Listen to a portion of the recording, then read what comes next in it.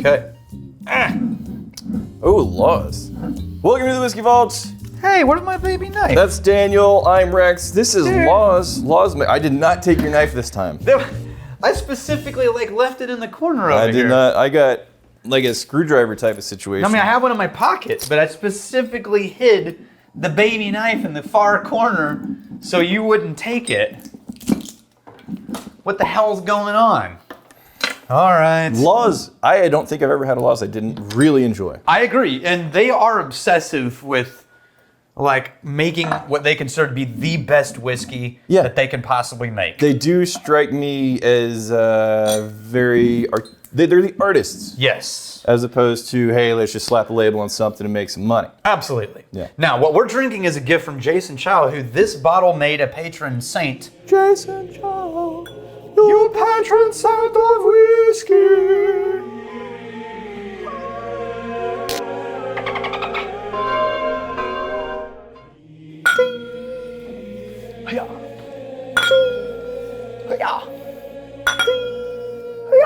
I've given up on the spinning. I'm doing karate kicks now. It's Kung Fu. I'm doing Kung Fu now. There you go. Yeah. Okay. We did give you a hard. Okay, so. Go ahead. I'm waiting for the nose. He's a rep. This is San Francisco Wine Trader Barrel Select. So crickets. Well, no, but remember, he always buys them with his own money. Okay. So it was always like a combo, what do you do with this? But does he rep this whiskey? It doesn't rep Laws, Well, but then he it's works fine. for San Francisco Wine Trader. This was fine. So the SF Wine Trader selected this barrel of bourbon. Oh, so he's not a Laws guy. But he's an SF Trader guy. But he's showing off his palate. But MBs show off the... It's a conundrum. Okay, so in theory, if this is their normal bourbon, this is 60% corn, 20% wheat, 10% rye, 10% barley. Okay, so immediately the density and saturation of those notes, they just explode out of the glass. Oh, yes. 3 years, 8 months in Rack House 1, Row 21, Stack 5, Rack 4. This is almost 60%, it's 59% ABV. And there's none of those concerning notes that get kind of like a grainy green sap. That's not there at all. Normally when we talk about something that's over grain forward, Yeah. we bring up all those granola and pine notes, right? Yeah. This is the most grain forward bourbon I've ever smelled that has none of my faults in my head. Okay, so it is. I don't know if it's the right word, but it's the rich quality of the grain. Yeah. Yeah. But it lacks, and they're not necessarily faults, I just don't like them. So when it gets to be like grain granola, or when it gets to be like pine and resin, I hate those things. I'm getting like a natural cherry mixed with, blended with a molasses. Yeah. A dark. But this is very grain forward. Dark, and then there's like that oakiness. It's got the cherry blended with the molasses spread over like this nice rich oakiness. I would swear I could smell the actual barrel. Like this reminds me of when we've dumped a barrel and you go like, hey, can you smell how much whiskey is left over in this empty barrel? Yeah. And you smell it and you just get this. No, that's exactly it. You put your nose in a freshly emptied barrel. Yeah, it's almost 60% alcohol, 59% alcohol. And it is bright and vibrant, but it's barrel, but it's grain, but it's molasses and cherry. You can tell that it's a really high proof, but not from the hotness of the alcohol. No. It's from the vibrance of the flavors. I'm going to pour their 6-year-old for a grain. Have we tasted this yet? No, I want to nose before I taste because I am really curious. It's half the age, but still, I'm really curious to see what when they release one, what they go for. Noticeable difference. Oh, way different. Noticeable difference. The barrel took over. The grain notes are gone. Is there so this is a 50% as opposed to a 59%. This is their bonded. This is the Law's bottled and bond release. That's why it's at 100. So there's more density, there's more saturation, there's more thickness, there's more flavors, quite frankly.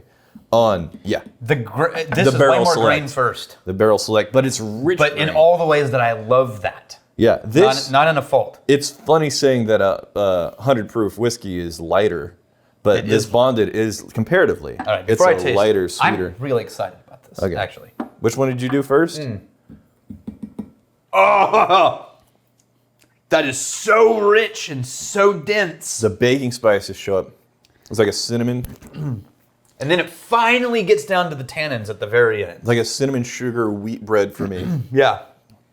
At the very end, there's a little, it gets dry. And then Like the lingering taste is dry, not oil. but before it gets there, there's still like a baking spice vanilla cream note. Ah, that's really nice. Wow. That is good. It's really good. It has everything the nose promised, but slightly different. It presents them in a slightly different order. Yeah. Going back, the grain jumps out even more. It does. The barrel and the oakiness for me. You can get even more of that wood right up your nose hole. I'm going to add a dash of water to this. And actually, not yet, because I want to A/B compare to their bonded. Yeah, man. Just like I'm walking into a bakery. Yeah. And they're working with you got the cinnamon back there, the nutmeg frosting on cinnamon rolls. Yeah? Not yet. Okay. I'm gonna try the bonded next. Yeah, that's what I did. It's dry, a little more thin, and less grain forward, and less sweet.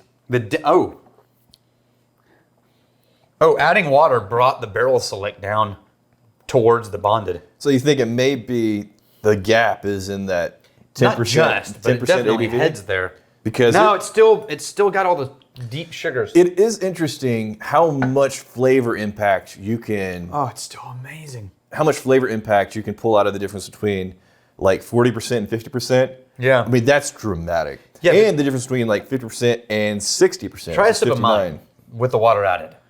It's still dense. It's still fruit, and it's still. So you got fruit? But it's this weird, fruit in granola, dried fruit. Okay. Have you ever had you get the granola in the HB section? There's this one brand that we used to use for Academy all the time, and it had dried cherries or dried cranberry. But they're playing second fiddle to some other stuff that's happening in that granola. It reminds me of this. The one brand had this dark chocolate cranberry granola, and that's what this reminds me of. Dark chocolate cranberry granola, dried cranberry granola. Yeah, and the honey granola is going to be the dominant part of that. There's some dark chocolate in there, and then the fruitiness is going to be like that dried fruit for sure. Yeah. It's Jason. If you were a part of choosing that barrel, Yeah, that was exceptional. well done. I actually, not to take anything away from Laws, I love the hell out of Laws. This though, that's a cut above. Yeah. I like that it's a higher proof because Yep. I think every little decimal point, every little digit, every little piece of that higher proof brought with it more flavor. Yeah. I think if I was creating a panel to do barrel selections, if Jason's involved in this, Yeah. I would trust his palate on barrel selection. We got Caddis 56. Christmas whiskey, my fellow magnificent bastards. I seek your aid. Every year, my family gives my grandfather a large bottle of Jack Daniels for Christmas, and I want to get him something we can share now that I'm a whiskey nerd. But he isn't what you would suggest for a man who mostly drinks Jack. What would you suggest? I look forward to your suggestion. So basically, he likes Jack Daniels. What do you He suggest? likes Jack Daniels, but he wants to give him something a little more unique because he's into whiskey now. But you're talking about somebody who's... now, here's the question. Is your grandfather the kind of guy who always gets Jack because he's like, this is what I drink? Right. Or is it because it's your family's version of a tie? Right. Right? He always gets it because that's the tradition, but it turns out he actually likes other things. It's actually a very important point. Yeah. Because whenever people have a whiskey, it is their whiskey, oftentimes. Even if you can put something in front of them in a blind tasting lineup, and they'll choose other whiskeys way before theirs, you're not doing them any favors because, for whatever reason, that whiskey brand has become synonymous with their identity. It's their emotional who choice. they are. It's like, no, I'm a Jack guy, or I'm a Wild Turkey guy, or Right. I'm a, Buffalo Honestly, Trace. I would start with Buffalo Trace or Wild Turkey 101. Yeah, if he wants to feel like he's coloring outside the lines, probably Buffalo Trace. Here's what I get for Buffalo Trace because it meets the same reason I would change my Wild Turkey recommendation. Okay. So when it comes to somebody who has identified with a brand like that, The only way to switch them is to switch them with something not equivalent to their typical choice. So not a head-on competitor. You're not asking them to question their preferences. Right. You're introducing them to something slightly out of category. Well, right? Rare breed. Okay. Wild turkey, rare breed. Because what you're doing, it's not that expensive. Right. But what you're saying is, you've got your Jack and you're a Jack guy. But I want to introduce you to what wild turkey does when it does something slightly fancy. I see your point. I agree. But also keep in mind, that conversation is very easy. Jack's Tennessee. Say, hey, you know your Tennessee whiskey, it's the Jack Daniels. No. Jack Daniels, Tennessee, that's where your Tennessee love lies. Now what about just your straight up and down bourbons? If you want, or maybe just get them Sinatra if you can find it. The Jack Daniels Sinatra release. Yeah, in the comments, what do you all think there with typing in words? In the Bye. Let's say that's a Christmas recommendation. Probably a little bit late there. But yeah, but it's anyways, it is what it is. Birthdays happen too. That's true. That indentation is called a punt. I'm not sure who this is. Oh, yes. This was actually really cool to me. I don't have a name though. This. No, it's the top. It's that right there. Vibe check. Vibe check? Yeah, it was a YouTube comment. Okay. All right, this.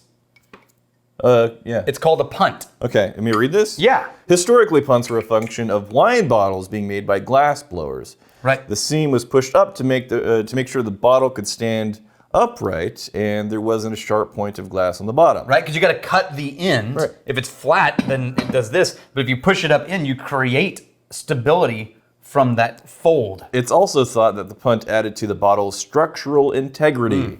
Bottles nowadays are much stronger and machine-made, so the punt is simply part of the bottle tradition. Punts no longer serve a structural function, except in bottles of sparkling wine, which have constant pressure inside.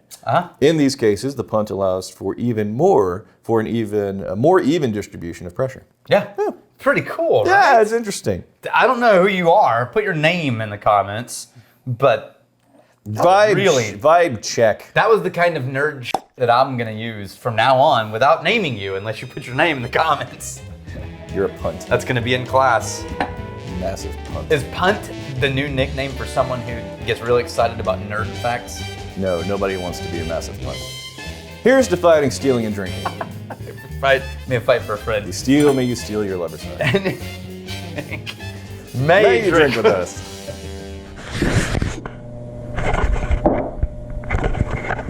The bottle lord. The bottle lord. Mark J. Goins. The bottle lord.